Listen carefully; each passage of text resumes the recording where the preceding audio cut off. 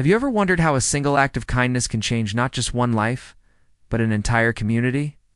This is the story of Edward and Rosie, a tale that will warm your heart and remind you of the power of unexpected connections.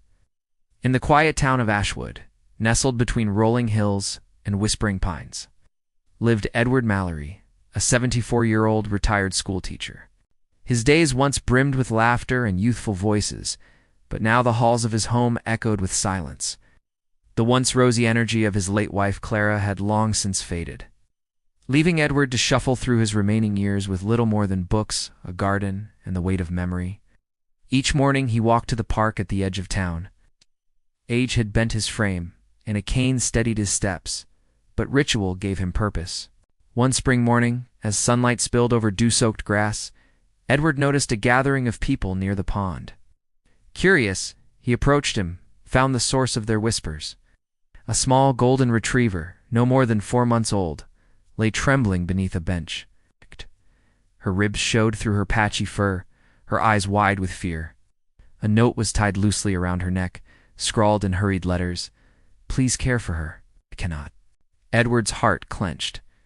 He had no business taking in a dog. His strength was waning, and loneliness had left him doubtful of his ability to care for anything fragile.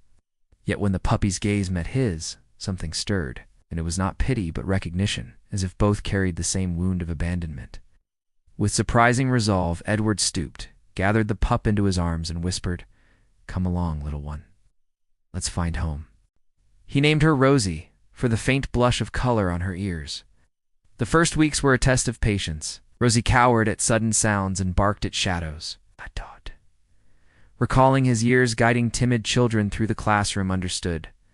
Trust takes time. He spoke softly, moved slowly, and offered her meals by hand. One evening, after days of quiet persistence, Rosie placed her head on his knee. Edward felt a warmth he hadn't known since Clara's passing. It was as though life, in its mysterious mercy, had given him one final student, one final chance to nurture. Soon routine blossomed between them. Mornings began with Rosie bounding into Edward's room, tail wagging like a metronome. They walked the neighborhood together, Edward with his cane, Rosie with her endless curiosity. Children ran to greet her, and neighbors smiled at the sight of the old man with his new companion. Where once he drifted unnoticed, now every stroll carried greetings, laughter, and fellowship. But life, with its steady rhythm, soon tested Edward. His health faltered. What began as shortness of breath became afternoons of chest pain. Visits to Dr. Helen Carter, his physician, confirmed the truth. His heart was failing. "You must rest, Edward," she urged. "Your body can't keep pace with a young dog." Yet how could he rest when Rosie's joy depended on him? He could not bear to cage her spirit indoors. So he pushed through pain, hiding grimaces behind gentle smiles. Rosie, ever watchful, noticed. She lingered closer, laying her head on his chest, as though to steady its failing rhythm. One stormy night, Edward collapsed in his kitchen. Rosie barked frantically, pawing at his still body, then sprinted to the door. By instinct, she scratched and howled until a neighbor, Thomas Hale, arrived. Edward awoke in a hospital bed, with Rosie curled faithfully at his side. Permitted only because the nurses saw the bond they shared, Dr. Carter spoke plainly. "You have months, perhaps a year. We'll manage your comfort, but you must prepare." Edward nodded, but his thoughts were not of himself.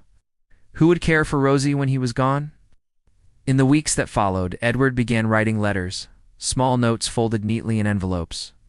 One was to Emily Rhodes, a young teacher he had mentored years ago, now raising a family nearby. Another to Pastor Green, who had guided him through Clara's funeral. And one final letter, sealed tightly, addressed simply, to the one who will love Rosie next. Meanwhile, Rosie's presence transformed Edward's days. He no longer sat in silence, but told her stories of Clara, of his years in the classroom, of the books he loved. At night, when pain kept him awake, Rosie nestled against him, her steady breath a lullaby stronger than medicine. Word of their companionship spread. School children visited, bringing treats and drawings of Rosie. Neighbors stopped by to check on him, her kindness woven into daily life. In giving the pup shelter, Edward had unknowingly reignited the warmth of community. One autumn afternoon, Edward took Rosie to the hill overlooking Ashwood. The trees blazed in scarlet and gold. The sky stretched clear and endless. He sat on a bench, breath shallow, but eyes bright, and whispered, "Do you see, Rosie? This world is still beautiful, even at the end." Rosie laid her head on his lap, as if listening to every unspoken word. That night, Edward's heart finally yielded. He passed quietly in his sleep, Rosie curled at his side, her steady heartbeat the last sound he heard. The next morning, neighbors found them. Rosie refused to leave Edward's body until gently carried away by Thomas Hale. Word spread quickly. Ashwood had lost its beloved teacher, but his final gift was clear: the dog who had given him purpose until the very end. At the funeral, Rosie sat at the foot of the casket, silent but steadfast. Tears flowed freely, not only for Edward, but for the love that had bridged his final years. True to Edward's letters, Emily Rhodes came forward. She and her children opened their home to Rosie, giving her fields to run and laughter to share. At night, Emily read aloud Edward's stories, ensuring Rosie would never forget the voice of the man who saved her. Years passed. Rosie grew into a dignified dog, her muzzle silvered with age. Children in Ashwood often asked about her, and Emily would tell the tale, how a lonely old man had found hope in a discarded pup, how together they reminded everyone that love is not bound by time. In the town square, a plaque was placed beneath the old oak tree Edward once loved to sit under. It read, "In memory of Edward Mallory, whose final lesson was love."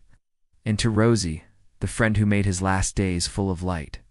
And so, in the quiet town of Ashwood, where hills still roll and pines still whisper, the story of Edward and Rosie lived on. It was not a story of rescue alone, but of redemption, a testament that even in life's twilight, the bond between a man and a dog can shine brighter than sorrow, leaving behind not silence, but legacy.